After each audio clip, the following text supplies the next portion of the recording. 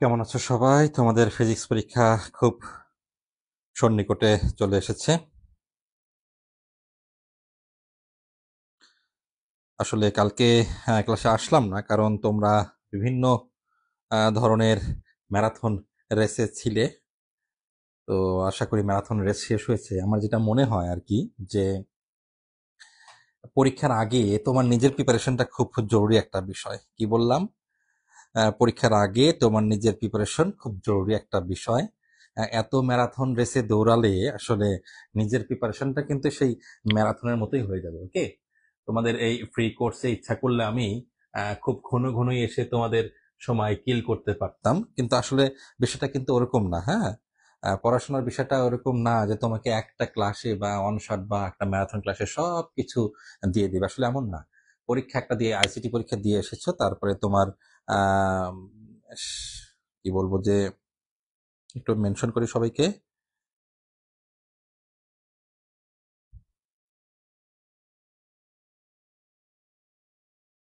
পরীক্ষা দিয়ে এসেছো, তারপর তোমার নিজের প্রিপারেশনটা একটু গুছিয়ে নেওয়া দরকার পরীক্ষার আগের 2-3টা রাত্রে আর কি। তো কালকের সময়টা কিন্তু গুছিয়ে নেওয়া ছিল, আর প্রিপারেশনটা হতে হবে কিন্তু মেইনলি হুম তোমার চ্যাপ্টার ওয়াইজ একটা টোটাল কমপ্লিট প্রিপারেশন দরকার, যে একটা চ্যাপ্টার থেকে আমাদের কি কি কি আমি পড়বো। সরি, একটু একটা চ্যাপ্টার থেকে আমি কি কি পড়বো, কি কি আসতে পারে, একটা চ্যাপ্টার থেকে কত মার্ক আসতে পারে, সেই প্রিপারেশন। আসলে টানা হেঁচড়া করে অনেক পেজে দেখলাম, বাণিজ্যিক যেসব পেজ তোমরা দেখো আর কি, 1 ঘন্টা 2 ঘন্টা করে ম্যারাথন একটা বিষয় দিয়ে, তাহলে সারা বছর তুমি কি করলা? পরীক্ষার আগের রাত্রেও অনলাইনে ভিডিওগুলো দেখতে থাকবা, পরের দিনও দেখতে থাকবা, পরীক্ষার দিনও দেখতে থাকবা, এমনটা কিন্তু আসলে না। প্রিপারেশনটা হবে চ্যাপ্টার ওয়াইজ, টোটাল একটা কমপ্লিট প্রিপারেশন, যে আমি হ্যাঁ এই একটা সৃজনশীল আজকে প্র্যাকটিস করব, আর এই এমসিকিউ গুলো দেখবো। তো সেরকম একটা নির্দেশনা নিয়ে আজকে নিউটনের বলবিদ্যা হাজির হয়েছে। কিছু সৃজনশীল আমি দেখবো, যেখান থেকে আর কি নিউটনের বলবিদ্যা থেকে আশা করা যায় যে তোমার একটা সৃজনশীল তো মাস্ট আসবে। হ্যাঁ, 10 নম্বর তো মাস্ট আসবে, এবং এরপর আরো আশা করা যায় যে এটা তো সিকিউ আসতে পারে। হ্যাঁ, এরপর আশা করা যেতে পারে এমসিকিউ মিনিমাম 5টা। হ্যাঁ, তাহলে টোটাল আমাদের কিন্তু 15 মার্কের একটা প্রিপারেশন, হ্যাঁ 15 থেকে 20 মার্কের একটা প্রিপারেশন একটা নিউটনের বলবিদ্যাতে রাখতেই হবে। এখান থেকে সিকিউ যেটাকে বলি আমরা, দুইটাও আসতে পারে, একটা মাস্ট। তাহলে প্রত্যেকটা চ্যাপ্টার যদি আমরা স্ক্রুটিনাইজ করে পড়ি, তাহলে কিন্তু আসলে আমাদের মানে কি বলবো, যে এই এত ম্যারাথন দেখতে হয় না। তোমার কালকে রাতটা গিয়েছে, কালকে অবশ্যই তোমাদের 2 থেকে 3টা চ্যাপ্টার যেগুলো আমি আগে করিয়েছিলাম ভেক্টর, সেগুলো তো আগে তোমরা দেখে রেখেছো। এখন নিজে নিজে একটু প্র্যাকটিস করা। এমসিকিউ, বিশেষ করে এমসিকিউ আমি বলবো যে তোমরা এখন তোমাদের বই পুস্তকে বা মানে গাইড যেটাই পড়ো না কেন, যেগুলো বোর্ডে এসেছে সেগুলো একটু প্র্যাকটিস করো। আর টেক্সট বই তোমাদের 2-3টা টেক্সট বই অবশ্যই থাকা উচিত। আমির ইসাক স্যারের বই, হ্যাঁ, কিংবা তারপরে তপন স্যারের বই বা শেলু স্যারের বই, এই বইগুলো থেকে তোমরা এমসিকিউ গুলো জাস্ট বই পুস্তকে যেগুলো আছে, তোমার টেক্সট বইতে যেগুলো আছে সেগুলো একটু প্র্যাকটিস করো। এখন সেটা সমাধান করার জন্য তোমাদের সাথে সহায়ক গাইড আছে। নিজেকে সময় দাও, হ্যাঁ নিজেকে সময় দাও। একদম কোনো একটা ক্লাসে 2-3 ঘন্টা সময় দেওয়ার মতো কিন্তু সময় এখন না। তাদের কোনো কাজ নেই বা প্রিপারেশন নেই, তারা এই ধরনের marathon, 1 shot, 2 shot, 3 shot, bullet shot, bullet proof এই ধরনের ক্লাস দেখবে। হ্যাঁ, আমি তোমাদের এখানে ফ্রি কোর্সে প্রতিদিনই এসে তোমাদের ডিস্টার্ব করতে পারতাম, বা এই বলতে পারতাম, সেই বলতে পারতাম, হ্যাঁ মলম বিক্রি করতে পারতাম, যাই হোক, কিন্তু সেরকম কিন্তু কিছু না। তোমাদের অনেক আগেই অনেক চ্যাপ্টার গুলো আমি কি কি করতে হবে সৃজনশীল সেটা পড়ে ছেড়ে দিয়েছি। হ্যাঁ, ক্লাসগুলো আছে, অটোমেটিক লেট হয়ে গেছে, আমি আর ব্যাকআপ রাখি নাই। আজকে কিছু নিউটন বলবিদ্যাটা বাকি ছিল, সেটা একটু দেখবো আমরা। এবং রাত্রে আমি একটু আসার চেষ্টা করবো এমসিকিউ নিয়ে। হ্যাঁ, যে এমসিকিউ কি কি পড়তে হবে কি, সেগুলো করা যেতে পারে, কিন্তু আসলে একদম A to Z, হ্যাঁ তোমার আহ, মানে কারো সাজেশন পড়তে হবে এমন না, তোমার নিজের সাজেশনটা তুমি নিজে বানিয়ে নাও। হ্যাঁ, আর যারা ক্লাসে আছো একটু কমেন্টস করলে ভালো লাগবে। ওকে, তো দেখি এখানে কি আছে। এই একটা চ্যাপ্টার খুবই ইম্পর্টেন্ট। দেখো এখানে একটা আমি সিকিউ দিয়েছি। সিকিউটা কি এসেছে এখানে,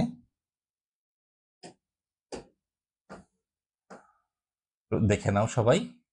হুম, 5,000 কেজি ভরের একটি বালু ভর্তি ট্রাক এত বেগে চলছে। ঠিক আছে, তাহলে এটার আমি একটু ভ্যালুগুলো দেখে নেই। প্রথমে যে আছে M1 দেওয়া আছে 5,000 কেজি, আমি সরাসরি অঙ্কে চলে যাচ্ছি। ওকে, আর বেগ দেওয়া আছে, V1 বললাম আমি, V1 দেওয়া আছে 72 টাইমস 1000 3600। আমি ট্রান্সফার করে নিলাম। ওকে, ট্রান্সফার করে নিলাম। ঠিক আছে, এরপরে কি বলেছে এখানে, যে ট্রাক প্রতি সেকেন্ডে এত গ্রাম বালু ছিদ্রপথে, মানে ট্রাকের নিচে একটা ছিদ্র আছে, ছিদ্রপথে পড়ে যাচ্ছে বালু। যাই হোক, কিছুক্ষণ পর যেহেতু বালু পড়ে যাচ্ছে, ব্রেক চেপে থামাবে, এটাই স্বাভাবিক ন্যাচারাল ঘটনা। ওকে, ন্যাচারাল ঘটনা। যারা ক্লাসে আছো একটু কমেন্টস করলে ভালো লাগবে। কি অবস্থা প্রিপারেশনের?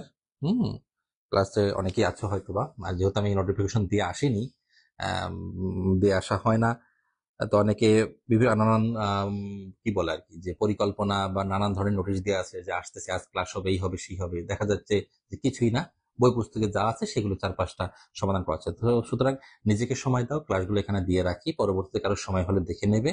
হ্যাঁ, আমি এভাবেই আগাই আর কি পড়াশোনা। তো গ নম্বর কি বলেছে,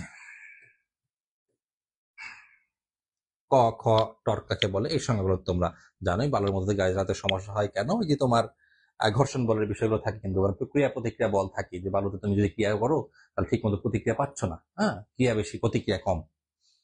তো যাত্রা শুরুর 15 মিনিট পরে ট্রাকের বেগের মান কত? যাত্রা শুরুর 15 মিনিট পরে, তাহলে 15 মিনিট পরে কি চেঞ্জ হচ্ছে রে বাবা? হ্যাঁ, সময়। ট্রাকের বেগের মান, ট্রাকের বেগ তো ছিল V1, তার মানে যাত্রা শুরু মানে ধীরে ধীরে বালুগুলো পড়ে যাচ্ছে, বালু পড়ে গেলে ভর কমে যাচ্ছে, তাহলে ভর মানে ভরের চেঞ্জ হচ্ছে। তাহলে কত সেকেন্ডে চলে, কত রে?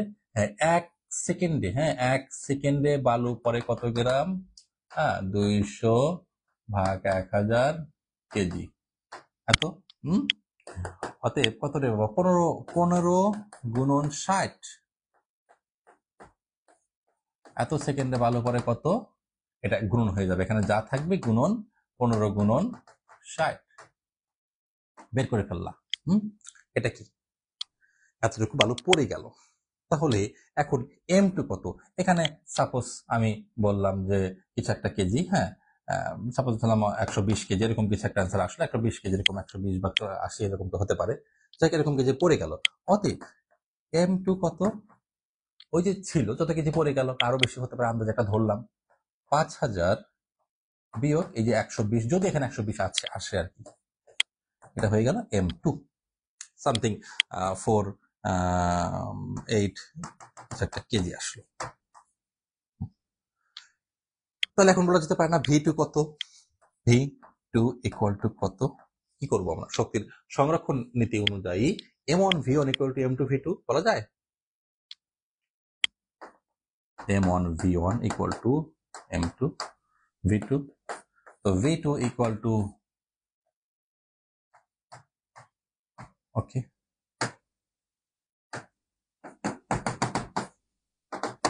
হয়ে গেল। এই তো এইভাবে কিন্তু আমাদের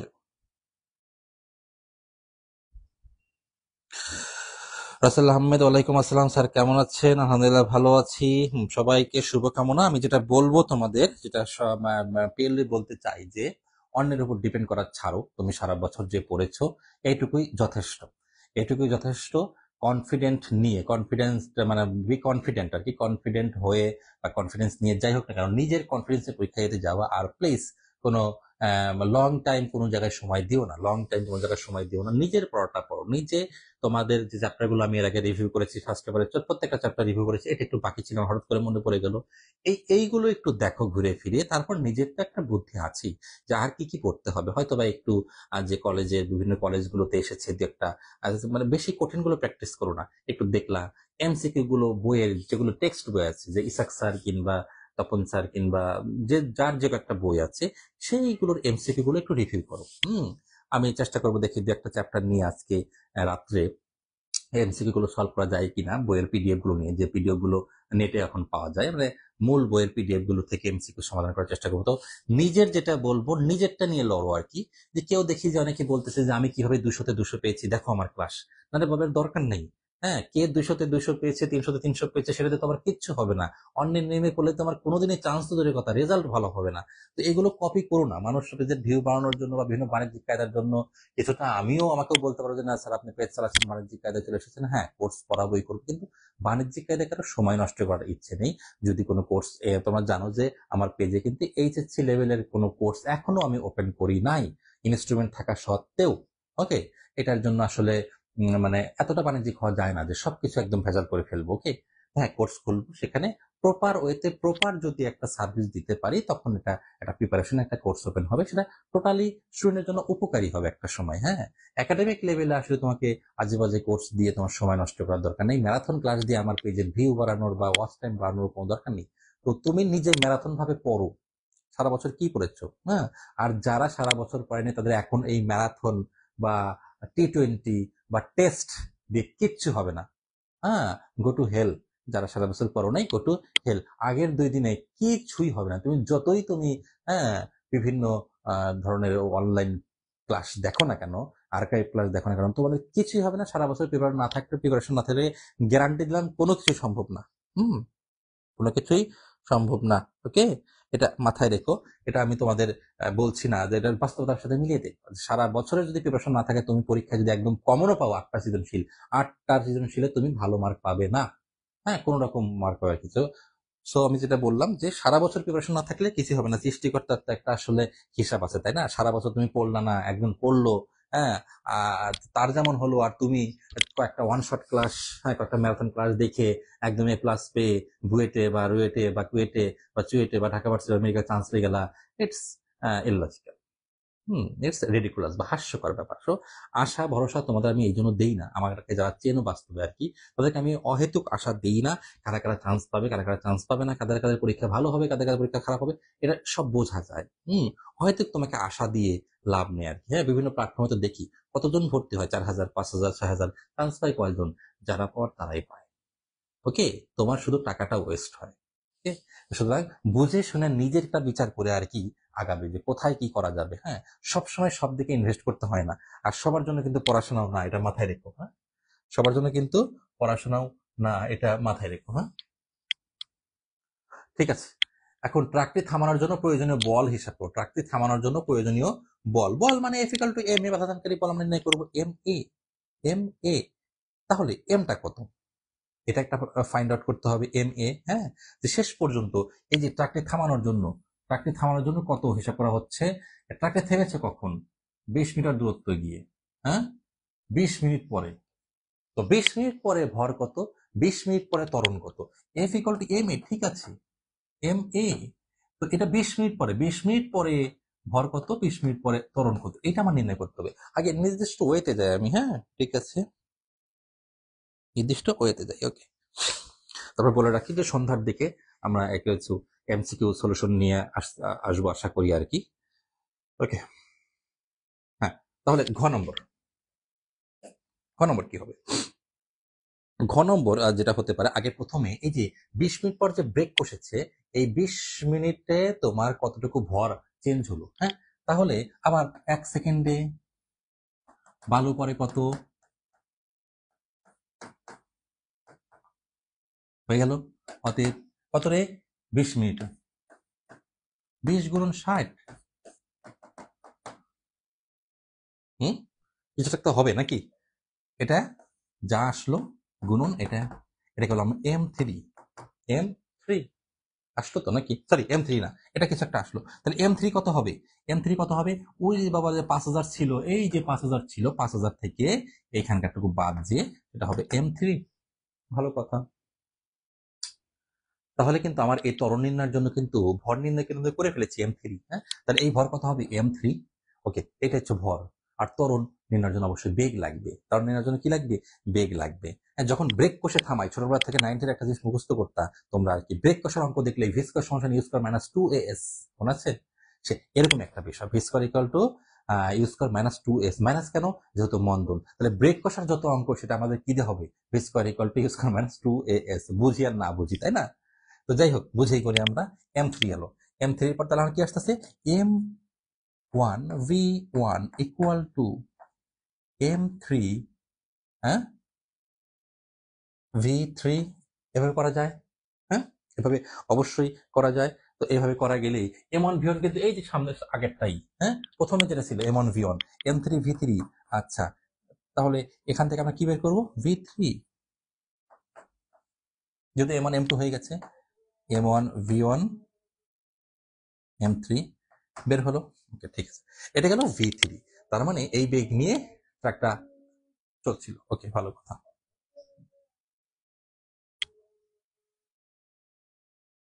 এখন ব্রেক কষার ক্ষেত্রে কি হয়ে যাচ্ছে? ব্রেক কষার ক্ষেত্রে কিন্তু একটা শেষ বেগ যেটাকে বলি, এটা কিন্তু শূন্য হয়ে যাচ্ছে।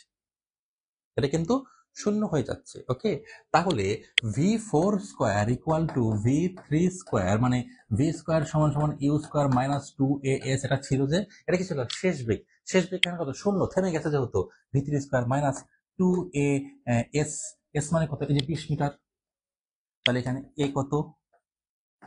এটা তো শূন্য। হুম, V3 স্কোয়ার ডিভিশন 2s বের হয়ে গেল মান।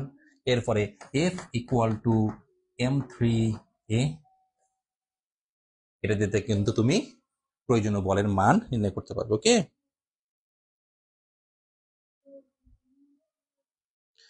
অনেকেই ক্লাস দেখছো, যাক ভালো লাগলো। ওয়ালাইকুম আসসালাম সবাইকে। আর আমরা ভালো আছি, তোমরাও ভালোর দিকে আগাও। পরীক্ষাটা ভালোভাবে আশা করি। আর আমি যেটা বলবো, মাত্র কয়টা চ্যাপ্টার তোমাদের? বোনো, কয়টা চ্যাপ্টার? 7টা। হ্যাঁ, এরকম শর্ট সিলেবাসে যেটাই বল না কেন, তাও তো একটা অর্ধেক আর কি। যাই হোক, এই 6-7টা চ্যাপ্টার শেষ করে 8টার মধ্যে 5টা সৃজনশীল পারবে না এমন তো কিন্তু কিছু না। কিন্তু হ্যাঁ, ভেক্টরে যা পড়েছো, নদী নৌকা স্রোত দিয়ে একটা হয়ে যাবে। একদম কমপ্লিট হয়ে যাবে। কাজ শক্তি ক্ষমতাতে, হ্যাঁ, তোমার এই যে কুয়ার অঙ্ক দিয়ে একটা হয়ে যাবে। হুম, আর নিউটন বলবিদ্যাতে রাস্তাঘাটে অ্যাক্সিডেন্ট হচ্ছে না, হ্যাঁ, মানে এই যে রাস্তার ব্যাংকিং কিংবা এই ধরনের অঙ্ক দিয়ে কিন্তু এটা হয়ে যাবে। আর আদর্শ গ্যাস থেকে অবশ্যই তোমার রদের গভীরতা নির্ণয় আর শিশিরাঙ্ক, এই দুইটা যদি ম্যাথকে প্র্যাকটিস করে যায়, একটা না একটা কিন্তু কাজে লেগেই যাবে। হ্যাঁ, তাহলে থাকে কি দেবো? 5টা সেঞ্চুরি পাওয়ার জন্য কি খুব একটা কি করতে হবে? এখন যেটা বলবো এমসিকিউ, এমসিকিউটার জন্য তোমরা একটু টেক্সট বইটা ওপেন করো। ওপেন করে A to Z, ধরো একটা চ্যাপ্টারে 104টা এমসিকিউ আছে সাপোজ, A to Z সেটা সমাধান সহ একটু পড়ো। এইভাবে 6টা 7টা 7:30টা চ্যাপ্টার আর কি একটু শেষ করো। যথেষ্ট। তোমার প্রিপারেশনটা ম্যারাথন করো। হ্যাঁ, আমাদের ম্যারাথন প্রিপারেশন বা আমাদের সাজেশন দেখে তোমার কোনোই মানে উপকার হবে না। হ্যাঁ, যেটা পারো না সেটা একটু দেখে নিলে, সেটা তোমার গাইডেও আছে। হ্যাঁ, জাস্ট একটু তোমাকে নির্দেশনা দেওয়া দিয়েই তো দিছি, তাই না? আচ্ছা, ঠিক আছে, তাহলে হয়ে গেল।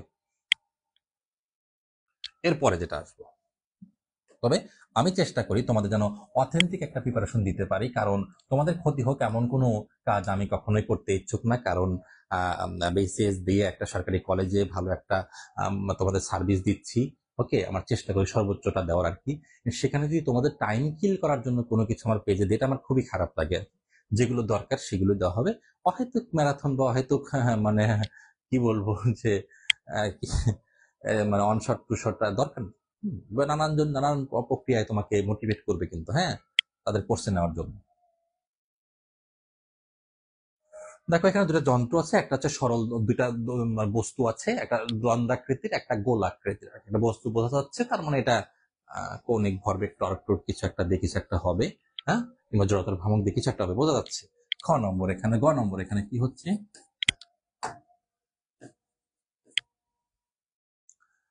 চাকতির কৌণিক ভরবেগ।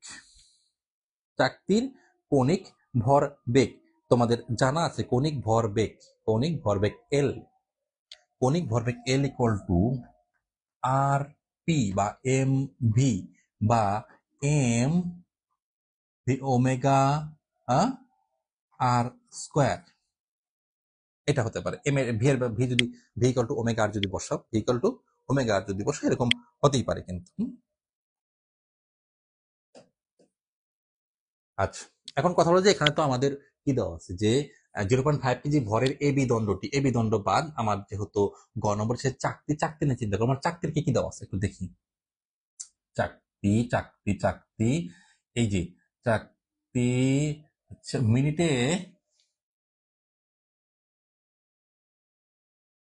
মিনিটে 70 বার ঘোরানো হয়। মিনিটে 70 বার ঘোরানো হয়।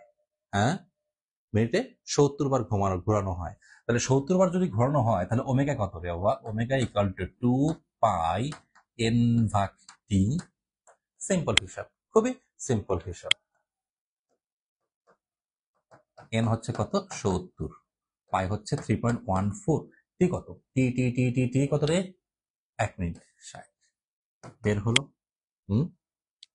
আচ্ছা, এখন দেখো চাকতির, আমি যদি এই সূত্রে অ্যাপ্লাই করতে চাই, L equal to M omega square, আর চাকতির কি দেওয়া আছে? ভর, চাকতির ভর তো নেই। হ্যাঁ, চাকতির ভর নেই। দেখি তাহলে কি আছে, তাহলে আমাদের জড়তার ভ্রামক নির্ণয় করতে হবে হয়তোবা। হ্যাঁ, omega L equal two I omega, I হচ্ছে কত? Half M R square. এখন এমটা দেখি আমার প্রশ্নে দেওয়া আছে কিনা, কিছু মিসিং আছে কিনা প্রশ্ন তুলতে। এটা কত? দিনাজপুর 23। এটা দেখি মিসিং আছে কিনা কোনো কিছু। না না না,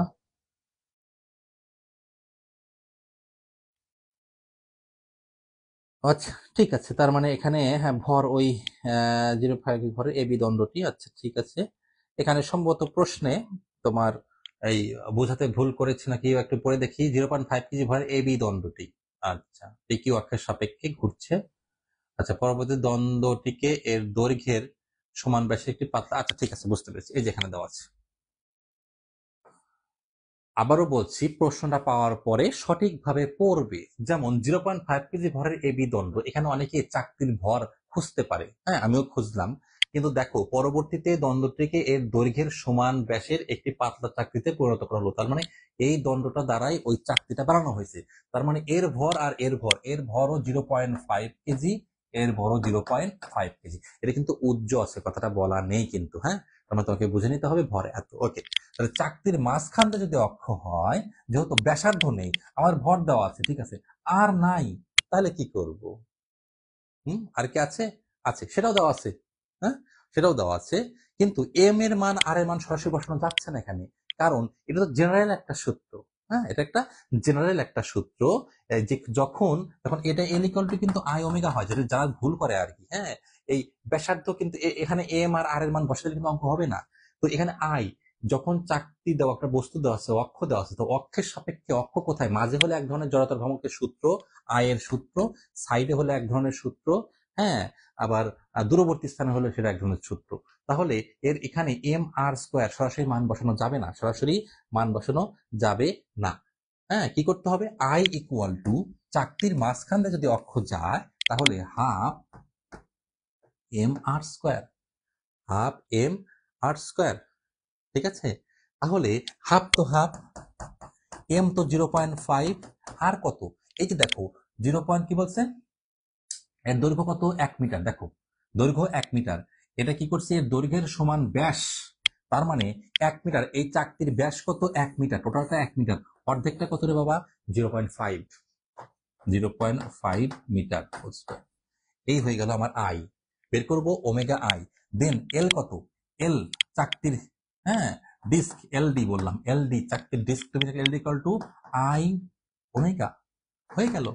কারণ তুমি যদি এখানে এম বসাতে আর যদি আর জায়গায় 0.5 বসাতে, তাহলে কি সূত্র কি অঙ্ক হতো? হতো না, কারণ জড়তার ভ্রামক এখানে এম আর স্কয়ার মানে তো আই।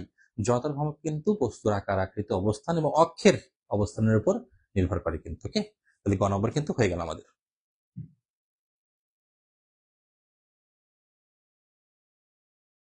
আচ্ছা, এখন কোন ক্ষেত্রে ঘূর্ণনের জন্য কম শক্তি প্রয়োজন? কম শক্তির প্রয়োজন, এটা তুমি গতি শক্তি দিয়েও করতে পারো, অথবা টর্ক দিয়েও চিন্তা করতে পারো, ইচ্ছা, অ্যাজ ইউর উইশ। তাহলে ঘ নম্বরের জন্য আসে। হ্যাঁ, ঘ নম্বরের জন্য কি করলাম আমরা? এতক্ষণে এল নির্ণয় করেছিলাম, এল ইকুয়াল টু আই ওমেগা। ঠিক আছে, ভালো কথা। আচ্ছা, এখন আমি এটার জন্য করব, কোনটাতে ঘোরাতে শক্তি কম শক্তির প্রয়োজন, এটার জন্য। তো এই অক্ষের জন্য আই কত? মানে সরল দ্বন্দ্বের জন্য কত রে? একটু মনে করে দেখো, যে সরল দ্বন্দ্বের যদি সাইড দিয়ে, কি বললাম আমি, কি সাইড দিয়ে যদি অক্ষ যায়, সেটা কত হবে? জড়তার ভ্রামক। হ্যাঁ, যদি সাইড দিয়ে অক্ষ যায়, মাঝখানে যদি অক্ষ যায়, এটা কিন্তু একটা প্রমাণ ছিল। হ্যাঁ, এটা একটা প্রমাণ ছিল আর কি, যে এই যে আমরা অনার্সও করে তোমাদের দেখাই, এখান দিয়ে গেলে হচ্ছে 1/3 এম এল স্কোয়ার, আর মাঝখান দিয়ে গেলে হচ্ছে 1/2 এম এল স্কোয়ার, এরকম একটা কিন্তু ছিল, হ্যাঁ, এরকম একটা অঙ্ক আছে। তো সরল দণ্ডে যদি সাইড প্রান্ত দিয়ে অক্ষ হয়, যদি ঘোরে এইভাবে দরজার মতো, তাহলে সূত্র হবে কি, i = 1/3 এম এল স্কোয়ার। সব দেওয়া আছে, এটাকে বললাম I1। ওকে, আচ্ছা ঠিক আছে। এরপরে হ্যাঁ অংশতে, এরপরে আয়ন বের হলো, ঠিক আছে। আয়ন বের হওয়ার পরে এরপরে তুমি K1 বের করতে পারো, হ্যাঁ, half I1 omega 1 square. And omega 1 তো বের করা হয় নাই, এই দণ্ডের ওমেগা কত, ওমেগা যদি আমি 1 দেই তাহলে কি হচ্ছে 2πn/t। এটা কতবার করে রে বাবা, এত কিছু মিনিটে 60 বার করে, তাহলে 2π টাইমস 60, ওকে, হয়ে গেল। তো এখান থেকে তুমি একটা শক্তি বের করে ফেললা, আর এটা তো হয়ে গেল। এখন যদি তুমি I2 নির্ণয় করতে যাও, সরি I2 তো আগেরটা করাই আছে, হাফ এম আর স্কোয়ার, হ্যাঁ এটা করাই আছে, ঠিক আছে। এখন যদি তুমি K2 নির্ণয় করতে যাও, K2 গতিশক্তি, আমি কাইনেটিক এনার্জি কে ইউজ করলাম, তাহলে half I2 omega 2 square. Omega আগে বের করা আছে, আই হচ্ছে কত সেটাও জানা আছে, হাফ এম আর স্কোয়ার। হাফটা দেখো কোন ক্ষেত্রে শক্তি বেশি লাগে, ভেরি সিম্পল কিন্তু, ওকে, আশা করি এটা পারবে। ওকে, এই টাইপের একটা অঙ্ক, এই যে এইগুলো সুতার টান নিয়ে না, এটা কিন্তু অ্যাডমিশনে অ্যাভেলেবল আসতো, এটা মূলত অ্যাডমিশনে আসতো, পরবর্তীতে বোর্ডে আসা শুরু করেছে, সিলেট হয়তো 22 না কতখানে এসেছে, যে সুতার উলম্ব বৃত্তের, হ্যাঁ ওই যে তোমরা দেখেছো খেলাধুলা, হ্যাঁ বালতির সাথে দড়ি বেঁধে গুলো এভাবে ঘুরাচ্ছে, উলম্ব বৃত্ত, অ্যাভেলেবল ক্লাস কিন্তু দেওয়া আছে, এগুলো নেটে আমার পেজেও আছে আর কি। সেই ধরনের একটা প্রশ্ন যে এইখানে টান কত, হ্যাঁ সরি এটা বলেছে এবিসি, এ বি সি, এই 3 জায়গায় টান কত। যেহেতু আমরা রিভিশন এটা আছে, এই সূত্রগুলো কিভাবে আসলো সেটা বর্ণনা করবো না, আমরা অঙ্কগুলো জাস্ট করে যাচ্ছি, এটাই তো, তারপরে একটু ব্যাখ্যা করতেছি। তো এইভাবে উলম্ব বৃত্তে বালতির সাথে দড়ি বেঁধে এরকম করে ঘুরাচ্ছ, তাহলে এটা হয়ে গেল উলম্ব বৃত্ত। আর এইভাবে যদি ঘুরাও, কোমরে দড়ি বেঁধে যদি ঘুরাও, তাহলে সেটা কিন্তু হবে অনুভূমিক বৃত্ত। দুটোর ক্ষেত্রে কিন্তু সূত্র আলাদা।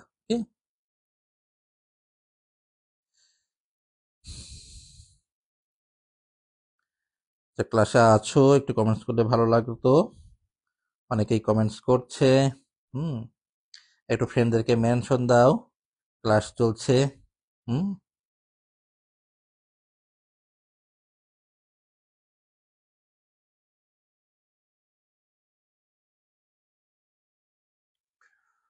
ঠিক আছে। ঘূর্ণায়মান বস্তুর পর্যায়কাল কত? আমরা জানি v = omega r = 2π/t r, that means t = 2πr/t, 2πr/t।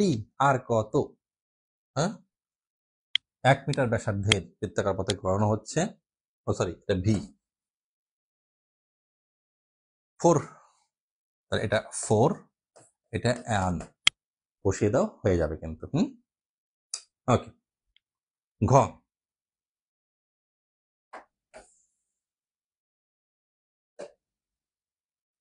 ঘ ঘ নম্বর কি হচ্ছে আমাদের, ঘ যে তোমার এ এফ এ সর্বোচ্চ বিন্দুতে টান এত, কারণ সর্বোচ্চ বিন্দুতে টান বা তোমার সুতার টান বা বল যেটা নির্ণয় করে, এটা টি লিখতে পারো, টি এ লিখতে পারো। এটা কিভাবে নির্ণয় করা হয়, এইদিকে হচ্ছে কেন্দ্রমুখী বল mv²/r, হ্যাঁ, আর উপর দিকে তখন বস্তু যখন ঘুরতে থাকে উপর দিকে mv চলে যায়, তো দুটার লব্ধি বল হচ্ছে মাইনাস হয়। তাও দেখিয়ে দিলাম আমি, হ্যাঁ এটা হয়ে যাচ্ছে টিবি mv²/r প্লাস mg, কারণ এখানে তোমার নিচে কি হচ্ছে, টান এবং বল ওজন এটা একই দিকে কাজ করে, ঠিক আছে, একই দিকে কাজ করে। Okay, TC mv²/r plus mg cos 60°, mg cos 60°, এটা উপাংশ হিসাবে ডিফাইন করে বলা যায়, মানে ডিভিশন করে দেখানো যায় আর কি। এরকম একটা ক্লাস আমার ফেসবুক পেজেই দেওয়া আছে বা ইউটিউবেও দেওয়া আছে, দেখে নিতে পারো কিভাবে সূত্রগুলো এসেছে। তো যাই হোক, এই হচ্ছে আমাদের তিনটার অবস্থা। তিনটা অবস্থানে টান কোনটা বেশি সেটা তুমি মান নির্ণয় করার পরেই বুঝবে। আর বুদ্ধি থাকলে অবশ্যই বুঝতে পারবে কোথায় টান বেশি লাগে। অবশ্যই বিতে টান দেখা যাবে যে বেশি লাগবে। এরকমই দেখা যায় আর কি, কারণ এই যে এমভি স্কোয়ার ভাগ আর প্লাস এমজি, এখানে এটা বেশি। ঠিক আছে, ওকে।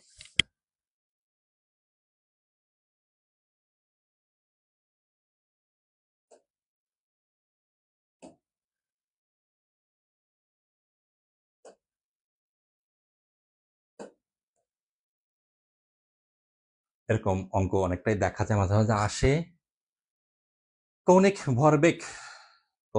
ভরবেগ নির্ণয় করো, এল ইকুয়াল টু আই ওমেগা, যেটা আমরা দিয়ে করি আর কি। গ নম্বর, এল ইকুয়াল টু আই ওমেগা। ঘূর্ণরক্ষের সাপেক্ষে ওমেগা দেওয়া আছে 1 রেডিয়ান পার সেকেন্ডে দেওয়া আছে। ওমেগার মান 1, আই কত, half M R square, half M R square. এখানে ভরও দেওয়া আছে, কারণ এটা হচ্ছে সিলিন্ডার।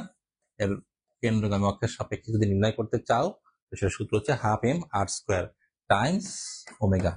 আর এর মান দেওয়া আছে কত, 10/100। এম এর মান হচ্ছে 5 কেজি। ওকে, শেষ। কোন দ্বন্দ্বে থামাকে অধিক বাধার সম্মুখীন হতে হবে, তো নির্ণয় করো, যতটা ভ্রামক নির্ণয় করো। যতটা ভ্রামক তার বেশি বাধার সম্মুখীন তো সে বেশি হবে, তাই না? তো এটা তো এর সাপেক্ষে মানে ঘ নম্বরের জন্য I1 নির্ণয় করলা হচ্ছে হাফ এম আর স্কোয়ার। আর দ্বিতীয় চিত্রের জন্য কি হবে রে বাবা, এটা হচ্ছে ওটা তো হাফ এম আর স্কোয়ার তো থাকছেই, প্লাস এম এই দূরত্ব 50 সেন্টিমিটার, এম এইচ বললাম। এটা হচ্ছে সমান্তরাল লক্ষ্য উপপাদ্য অনুযায়ী। তাহলে এটার তোমার হাফ এম আর স্কোয়ার বের করলাম, প্লাস এম এইচ, এম তো এটার এম দেওয়া আছে, আর দূরত্ব 50 সেন্টিমিটার ভাগ 100 দিয়ে দেখবো যে এটা যথাসম্ভব বেশি, তাহলে থামাতে অধিক বাধার সম্মুখীন হতে হবে। এই তো চলে আসলো ব্যাংকিং, চলে আসলো কি ব্যাংকিং। ওকে, ব্যাংকিং দেখি কার কি অবস্থা।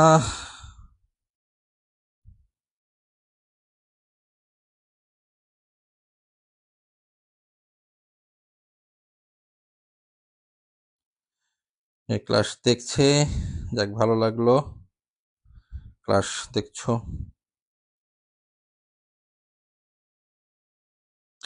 তোমাদের সাথে নির্দেশনায় সর্বোপরি আছি এবং থাকবো, তোমাদের অ্যাডমিশন যাত্রার সাথে আছি। খুব শীঘ্রই তোমাদের পরীক্ষা শেষ হওয়ার পর একটা অ্যাডমিশনের কোর্স চালু হবে। যারা আগ্রহী হবে তারা অবশ্যই যোগাযোগ করবে। এই যে দেখো, রাস্তার ব্যাংকিং নির্ণয়ের জন্য কি করা হচ্ছে, এত কেজি ভরের একটি বাস এত গতিশক্তি নিয়ে রাস্তায় চলার সময়, হ্যাঁ, কুমিল্লা 19-এ প্রশ্নটা এসেছিল। এগুলো কিন্তু একটু মডিফাই করে আসবে, যদি নিয়ম অনুযায়ী কাজ করো, এখানে যদি শেখো কিভাবে অঙ্কটা হয়েছে, মুখস্থ না, যেই সূত্র দিয়ে অঙ্ক, তাহলে দেখা যাবে যে কোনো সমস্যা হবে না কিন্তু। হ্যাঁ, ব্যাংকিং এর একটা অঙ্ক করলে কিন্তু সব পারা যায়। তো আমি যেটা বলবো, ব্যাংকিং এর ক্ষেত্রে গ বলি আর ঘ বলি, এই যে আমরা কিছু সূত্র জানি, tan theta equal two V square ভাগ আর জি, এটা ব্যাংকিং এর সূত্র বলে আমরা চিহ্নিত করি। এখন আমি বলবো, এখানে যে ভিটা দেওয়া হয়েছে, এই ভিটা হচ্ছে নিরাপদ ভি, আমি বারবার বলে রাখতেছি, আর নিরাপদ বেগ। এই থিটা যে আছে, এই থিটাকে বলা হয় ব্যাংকিং কোণ, বা আমি যদি বলি নিরাপদ কোণ। এইগুলো মাথায় রাখবে, এই সূত্রের মধ্যে যা আছে সেটা দিয়ে তুমি নিরাপদে চলতে পারবে, মানে সূত্রের ভিতর থেকে যদি মানটা বের করো।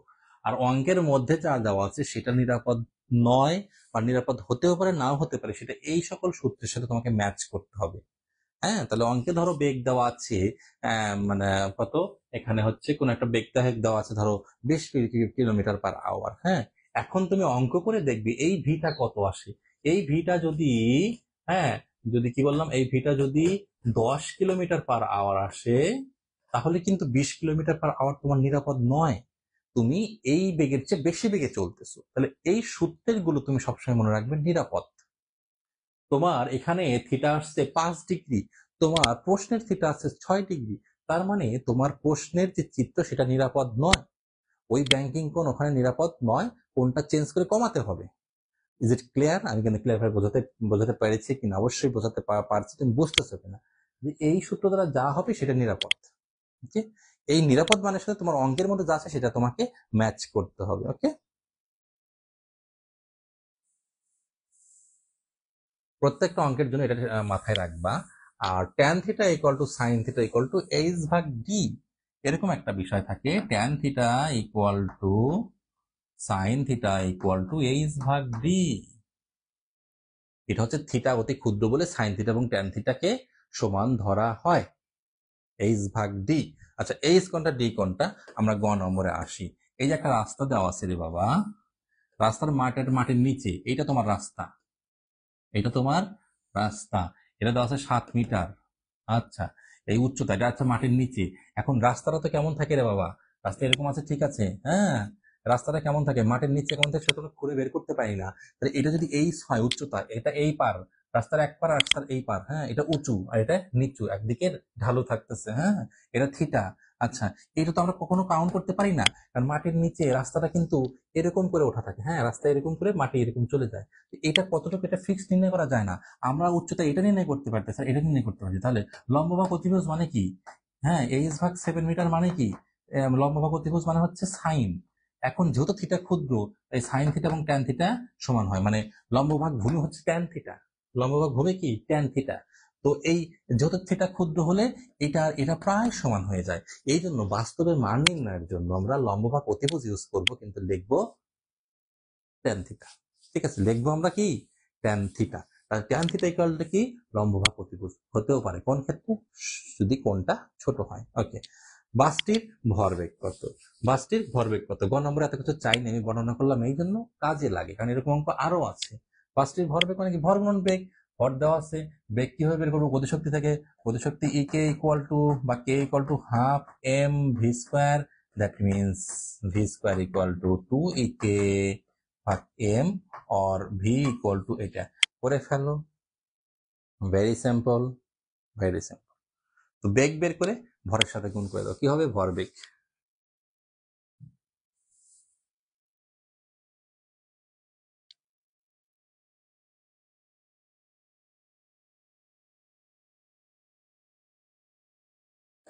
ঘ কি হচ্ছে, বাসটির গতিবেগ না কমিয়ে রাস্তার বাঁকে, ওই যে ওইখানে যে একটা ভি নির্ণয় করছিলা সেটা তুমি নির্ণয় করে রাখো, যে কিছু একটা মান এসেছিল something something metre per x metre per second.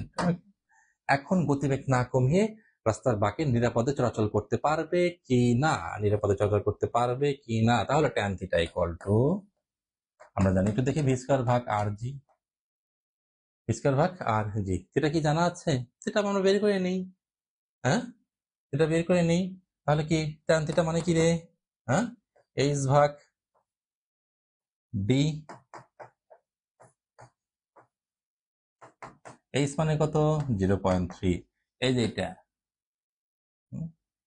D মানে কত 7, ভি মানে কত, এটা ভি, হ্যাঁ, ম্যাক্স দিলাম আমি, মানে ম্যাক্সিমাম এই বেগে তুমি চলাচল করতে পারো, ভি ম্যাক্স দিলাম, ভি স্কোয়ার ম্যাক্স, আর কত, ওই যে 145 জি। এখান থেকে তুমি অবশ্যই, যদি পরীক্ষার্থী হও, অবশ্যই তুমি ভি বের করতে পারবা। এখন ম্যাচ করে দেখো আগেরটার সমান হয় কিনা, আগেরটার যদি বেশি আগেরটা, হ্যাঁ, তাহলে এটা কি, এটা আসলো ধরো 20, আর এটা আসছে তোমার ধরো 10 বা 15, মানে 20-এর কম, তাহলে নিরাপদ। কারণ আগেরটা হচ্ছে 100, আর এইটা এসেছে তোমার কি 100, আর এটা এসেছে হচ্ছে তোমার 50, তাহলে তো নিরাপদ হবে না, তাহলে তোমার দুর্ঘটনা ঘটার সম্ভাবনা থাকবে। ওকে,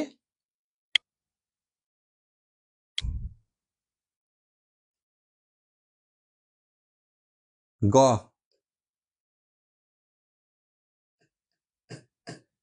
কি বলছে, এক্স অক্ষের সাপেক্ষে ঘুরলে চক্রগতির ব্যাসার্ধ কত, এক্স হয়, একটা দণ্ড আছে এক্স অক্ষে, এক্স অক্ষের সাপেক্ষে ঘুরলে আই কত রে, আই এক্স ওয়াই কত 1 2 এম এল স্কোয়ার, 1 2 এম কত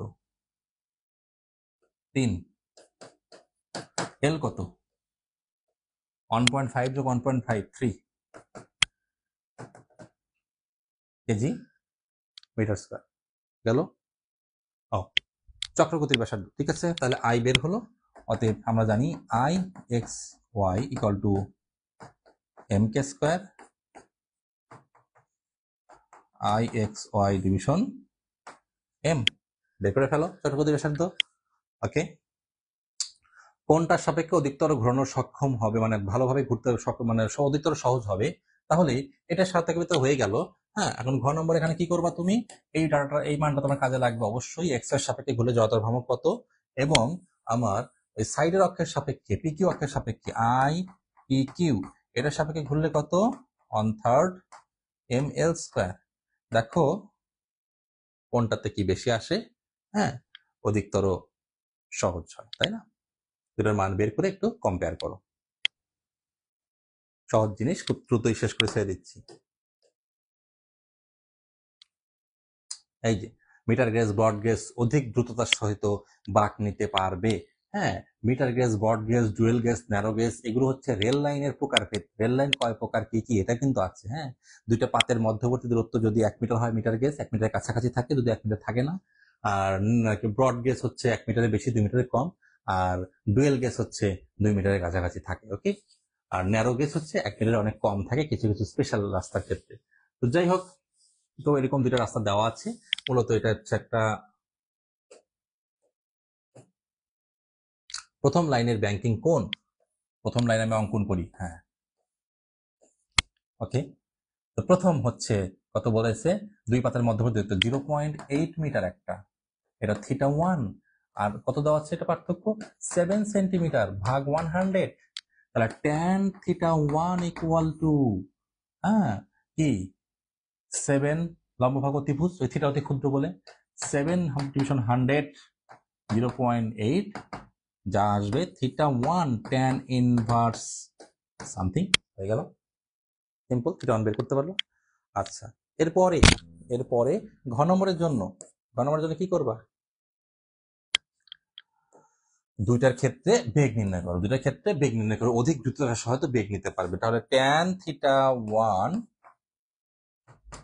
v1 স্কয়ার ভাগ rg, এখান থেকে এটা শর্টে অনেক করা যায়, কিন্তু যেহেতু 4 নম্বরের জন্য এসেছিল বা আসতে পারে, তাহলে তুমি একটু ভেঙে করবা। এখান থেকে v1 বের করবা, v1 equal to root over tan θ1 r g. হ্যাঁ, এটা নির্ণয় করলা বেগ কত। ঠিক একইভাবে সেকেন্ড লাইনের জন্য বের করবা, দেখবে দুটার মধ্যে একই ধরনের বেগ নিতে সক্ষম হবে কিনা। সম্ভবত একই বেগে চলতে পারবে, কারণ ব্যাংকিং কোণ একই রকম হয়ে আসে। যাই হোক, দেখে নিও কোনটার বেগ কিরকম।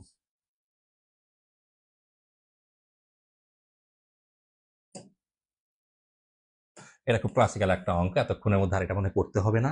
যদি অক্ষটা এটা হয় তাহলে কি হবে, এবি এবং পিকিউ অক্ষ, এবি এবং ঘন অক্ষ এবি, এই প্রান্ত দিয়ে সাইড দিয়ে গেছে, সাইড দিয়ে গেলে জড়তার ভ্রামক কত 1/3 ml স্কয়ার।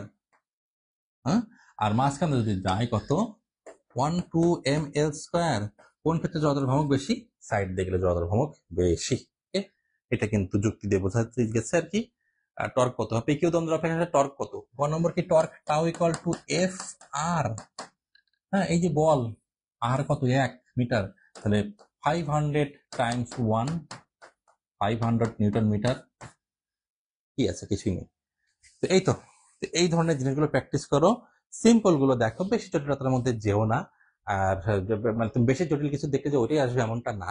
তোমার বেসিক যদি ঠিক থাকে পরীক্ষায় যা আসবে তোমার এইগুলো বেসিক দিয়ে তুমি ভালো করতে পারবে। হয়তো বুয়েট কত সালে কত একটা প্রশ্ন এসেছে, বা ইন্ডিয়ান কোনো একটা পরীক্ষায় কততে কি আসছে, ওইটা এখন ভাববার সময় না রে বাবা। এখন রেগুলার প্যাটার্নে পড়াশোনা করো। সবার জন্য শুভকামনা থাকবে। আর আজকে রাতেও আসতে পারি আবার, না হয়তো কালকে আবার আসবো, দেখা হবে। তোমরা পড়তে থাকো, তোমার রেগুলার পড়াটা করো তুমি।